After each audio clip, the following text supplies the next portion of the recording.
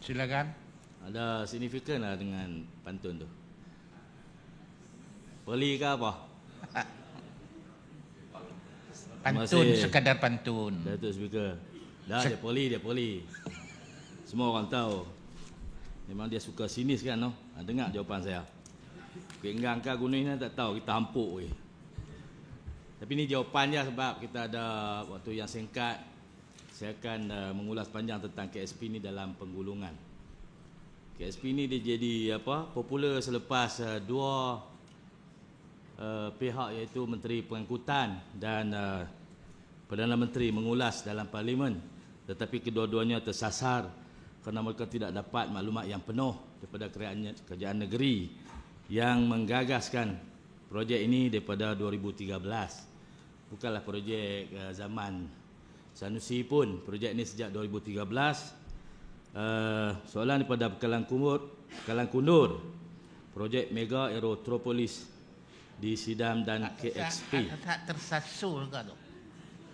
Pangkalan kubur tu tersasul. Bekalan Kundur. Punduk. Mula-mula sebut pangkalan kubur. Kubur.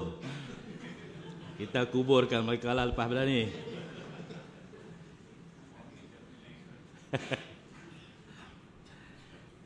Tambah sekali, Kedah Aerotropolis, bukan projek Aerotropolis. Aerotropolis satu istilah yang bermaksud perbandaran baru di sekitar lapangan terbang. Aerotropolis. Jadi yang kita nak buat ni ialah Kedah Aerotropolis, bukan Aerotropolis saja. Untuk makluman ahli Dewan ni juga, saya dipahamkan Aerotropolis juga sedang diusahakan di beberapa negeri lain, antaranya negeri Pahang. Tapi Kedah Aerotropolis ni jauh berada di depan kerana telah dimulakan lebih awal dan persiapan-persiapan yang telah dibuat oleh Kedah jauh lebih advance. Tetapi tetap menjadi satu saingan. Jadi tuan-tuan, projek-projek yang macam ini memerlukan kepada perjuangan bersungguh-sungguh untuk mempertahankan apa yang telah kita siapkan dan mempertahankan hala tuju yang kita letak untuk ke depan. Walaupun apa halangan sekalipun kita kena hadapi. Walaupun orang kata kita ni tak jaga keharmonian, tetapi kalau orang bedai kita, orang katok kita macam kita orang bodoh, kita mesti berdiri untuk bercakap apa yang benar. Tak kira siapa ada depan kita. Datuk Speaker, betul. Boleh tak tu? Kemah. Status terkini projek. Pembangunan Kedah Aerotropolis di Sidam Kiri, daerah Kuala Muda ini ada 3 komponen utama. Pertama sekali Airport City, yang kedua Business Park, yang ketiga Sidam Logistik Aerospace and Manufacturing SLAM yang akan dibangunkan oleh NCIA, sebuah agensi persekutuan. Itu saya heran tu. Agensi persekutuan nak bangunkan salah satu komponen dalam Kedah Aerotropolis, tapi kerajaan persekutuan tak tahu. Di mana SLAM akan dimajukan oleh NCIA, Northern Corridor Implementation Authority, dan cadangan pembangunan SLAM telah diluluskan oleh kerajaan persekutuan untuk pelaksanaan. Ada peruntukan 700 juta. Cuma kita suruh dia tunggu kita, pasal nak buat pengambilan balik tanah untuk SLAM. Dan Kedah Aerotropolis ni kalau kita buat berasingan, dia akan memberi kesan kepada pengambilan yang berikutnya. Jadi kita kata pengambilan perlu dibuat sekali. Jadi Seksyen 8 tu ditunggu sehingga benda-benda yang sedang diuruskan ni selesai. SLAM duk tunggulah ni. Itu yang kita nak cepat tu, bukan kita kalut terang lah, pasal kita nak elak berlaku pengambilan tanah 2 kali, mengakibatkan harga yang kedua tu dia jadi berlaku peningkatan. Konsep utama pembangunan adalah membangunkan sebuah pembandaran moden berasaskan penerbangan dengan mensasarkan pasaran untuk Asia Pasifik. Ia adalah pembangunan berteraskan jelapang hijau atau greenfield dengan izin, iaitu pembangunan projek yang holistik bersepadu di atas sebidang tanah yang luas. Lapangan terbang Kulim hanyalah salah satu subkomponen dan berperanan sebagai enabler atau pemboleh kepada keseluruhan pembangunan Kedah Aerotropolis yang akan bermula dengan Integrated Logistic Hub tanpa memerlukan lapangan terbang penumpang di mana ia akan dibangunkan pada masa depan sekiranya terdapat permintaan. Dari segi perkembangan terkini projek, kerajaan negeri melalui KXP Airport City Holding, ini nak kena dibezakan. KXP Airport City Holding ni anak syarikat PKNK, sebuah GLC. Syarikat yang ditubuhkan oleh kerajaan terdahulu untuk membangunkan projek ini.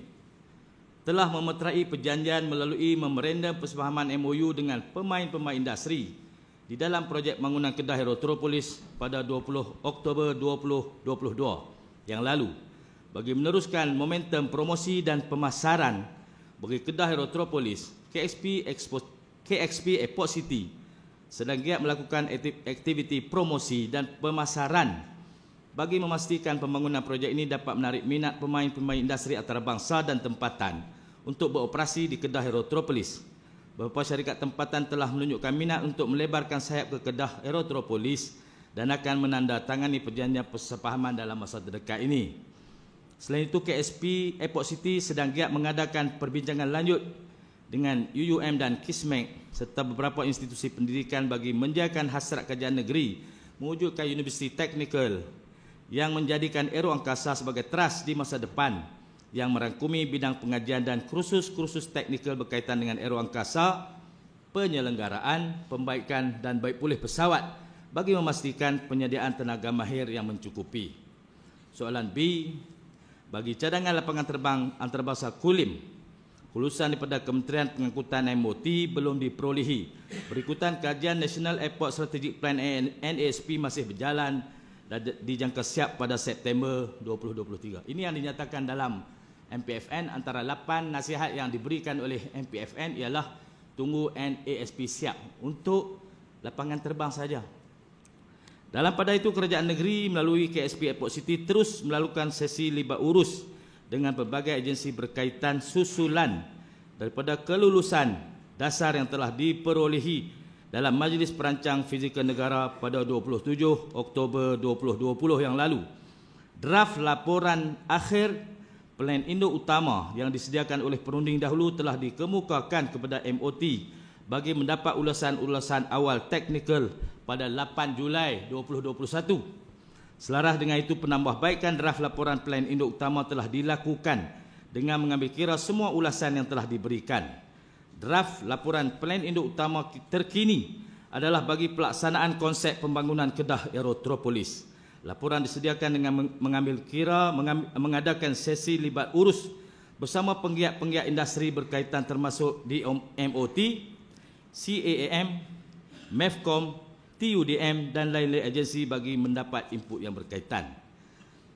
Satu sesi bengkel telah diadakan pada 29 Mac 2022 bagi mendapatkan pandangan dan ulasan daripada stakeholder yang terlibat. Hasil dari libat urus draft laporan akhir Plan Induk Utama Kedah Aerotropolis ini telah dibentangkan kepada Setiausaha Bahagian Udara MOT bagi mendapat ulasan awal pada 10 Jun 2022 yang lalu.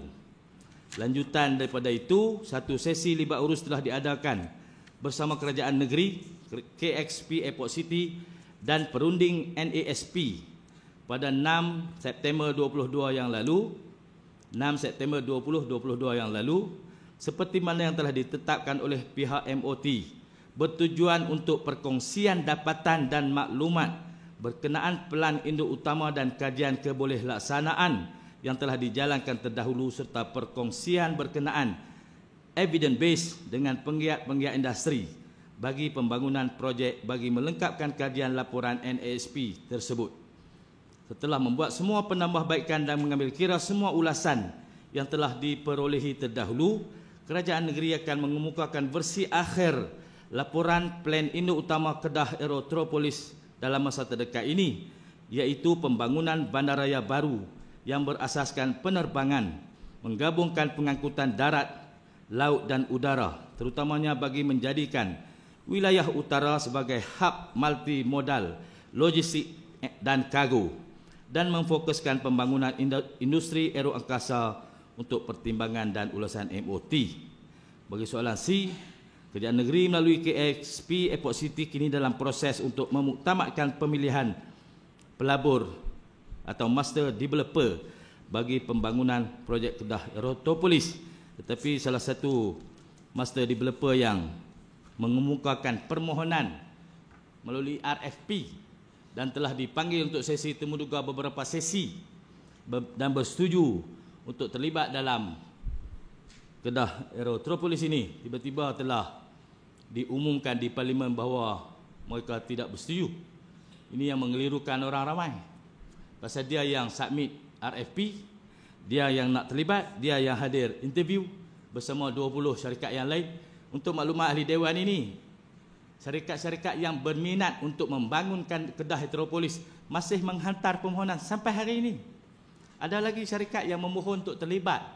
Cuma bila sampai pejabat saya minit pergi ke KSP Airport City, sila uruskan. Pasal kita dah tamat tempoh untuk kita panggil RFP, dah tamat.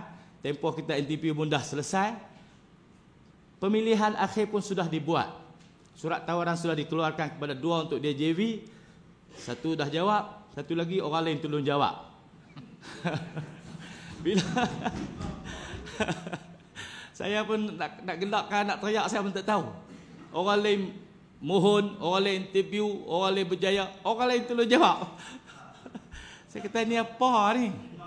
Jenis apa ni? Merintah apa aku tu kan? No?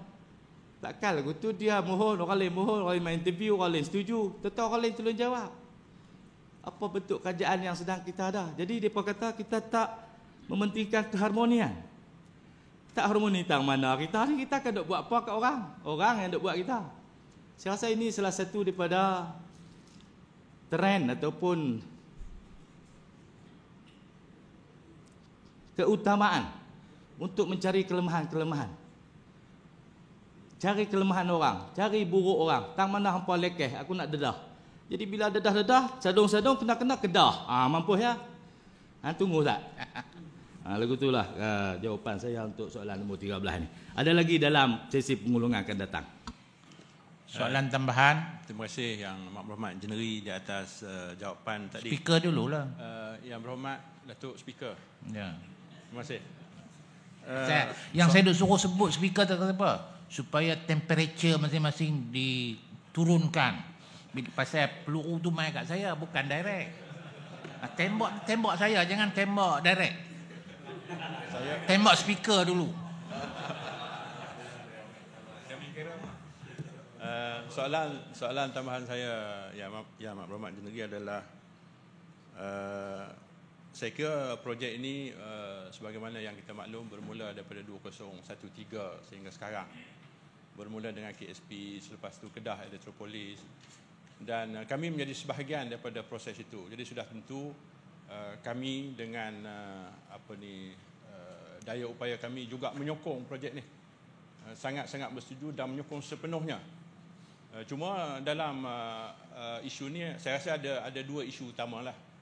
Yang pertama, isu kelulusan tadi, daripada 8 nasihat yang telah dikemukakan oleh NASP, MOT, NASP itu berapa nasihat telah dipenuhi dan apakah halangan dalam memenuhi nasihat itu untuk memastikan bahawa ianya diluluskan. Itu yang pertama. Yang kedua, saya kira perkara yang asas juga adalah keupayaan keuangan dari segi investor tu. Sebab pengalaman yang dulu ada investor yang telah sanggup, tapi akhirnya apabila diminta satu jumlah duit untuk buat pengambilan tanah, maka dia tak mampu memenuhi. Jadi saya kira keuangan, kukuhnya keuangan investor itu juga adalah menjadi syarat yang sangat penting untuk memastikan bahawa ianya lulus segera dan dapat dilaksanakan dengan segera. Terima kasih, Datuk Speaker. Yang paling berat daripada 8 nasihat itu ialah tunggu keputusan NASP, National Airport Strategic Plan. Ini pun di luar bidang kuasa ataupun di luar kawalan kita, kerana NASP akan dibuat oleh MOT. Pada masa MPFN dijalankan pada Oktober 2020, kemasukan pertama Ogos.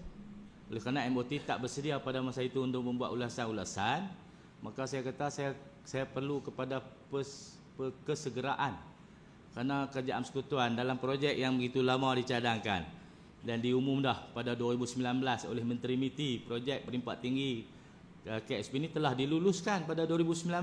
Menteri MITI umum pada masa itu, termasuklah komponen pada masa itu ialah jajaran highway, North Corridor Highway daripada Cangkat Jering sampai ke KSP, lepas tu mai ke Sungai Petani. Kemudian ada jajaran highway baru daripada KSP pi Jambatan Kedua Pulau Pinang. Kemudian ada jajaran landasan kereta api daripada Tasik Gelorong masuk ke KSP.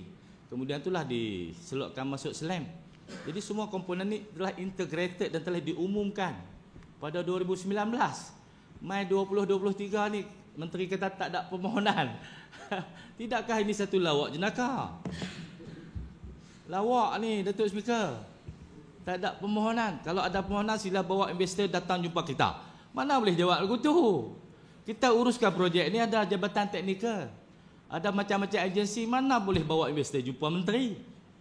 Kena lepasi 8 nasihat ni, antaranya menentukan kawasan tanah rizab Melayu yang boleh dikekalkan untuk pemilikan kepada orang Melayu dalam mengenai Rotropolis, antara nasihat-nasihat tu.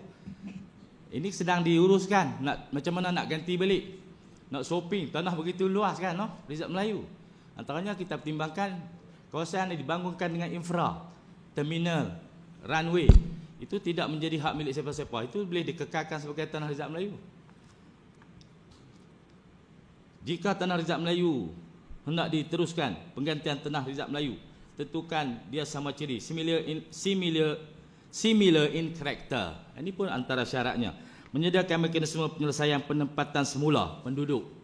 Ini ada dalam akta pengambilan, kita akan tentukan pekerja-pekerja ladang, ada kuartus pekerja ladang dalam kawasan yang akan dibuat pengambilan tu. Kena ditentukan penempatan. Memastikan penjajaran semua rentis di dalam tapak cadangan tidak menjejaskan kestabilan bekalan elektrik. Ini isu aspek teknikal yang akan dibuat. Menjajarkan semula Sungai Jerum. Dia ada sungai lah tu. Sungai Jerum ni kampung kawan saya lah. Sungai ni kena dijajarkan semula, dan kos untuk penjajaran sungai ni melibatkan ratusan juta. Ini kos-kos yang tersembunyi dalam KXP yang hanya akan diketahui oleh orang yang akan bangunkan. Ada orang minta di TikTok ajalah. Saya perhati juga media sosial ni pun. Dia suruh dedahkan semua kajian-kajian ni untuk pengetahuan umum. Tuan-tuan sekalian ahli Dewan, projek ni business oriented. Tiap-tiap kajian yang dihasilkan dibayar upah. Semua tu adalah ada hak cipta kepada syarikat tu. Macam mana kita nak dedahkan kepada orang ramai? Niaga kedai runcit pun kita tak habaq kat orang tu. Tuan-tuan buka ya kan? Takut ada saingan ataupun orang dengki ataupun orang curi maklumat. Pasal semua maklumat tu dibayar untuk dibangunkan, dibuat kajian. Tiba-tiba orang suruh dedahkan. Saya rasa nak cakap pun kena ada asas-asas ilmu sikit. Ada orang tak ada asas pengambilan balik tanah, cakap seolah-olah dia alim sangat kan, hurai macam-macam seolah kita ni tak buat apa. Tuan-tuan sekalian, pengambilan balik tanah ni dia ada akta. Dia ada 2 seksyen yang perlu dilepasi. Dan tujuan pengambilan pun kena ditentukan. Seksyen 31A ke, B ke, C ke. Kita sedang mempertimbangkan. Kerana akta pengambilan balik tanah seksyen 4 ni kita pilih 31A, dan dia telah menjadi satu senjata sekarang ni di mahkamah untuk kes di tempat lain. Kerana dia kata bila kerajaan buat pengambilan untuk penggunaan ekonomi, oleh kerana seksyen 31A ni adalah untuk kegunaan awam, maka dia kata tujuan pengambilan tu telah tersasar. Salah, tak betul. Patut 31B. Jadi ini pun menjadi pertimbangan pihak kerajaan sekarang ni. Kerana kita takut kalau kita gazetkan di bawah seksyen 8 31A, nanti dia buat judicial review, dia kata kita nak bangunkan sektor ekonomi, kenapa diletakkan untuk kemudahan awam. Jadi itu pun menjadi pertimbangan. Apa dia lagi tu Kalang Kunok? Tiap-tiap syarikat yang mengemukakan proposal mereka dalam RFP yang dipanggil oleh Kedah Airport City ni, kita nak syaratkan dia tunjukkan keupayaan keuangan. Siapa dia bank yang akan backing untuk sediakan fasiliti keuangan dia. Semua syarikat kemukakan. Ada syarikat yang kalau saya cerita pun mungkin orang gelak je kan lah. Dia kata dia duit banyak. Dah masuk dah dalam bentuk euro. Ada dalam satu bilik kebal. Duit tu duduk atas pelet. Saya tahan keluar. Ada macam-macam jenis orang. Dan kita pun tahu. Saya ni lah tak ngaji tak pandai sangat. Ngaji tak tinggi. Tapi saya tengok orang saya boleh tahulah.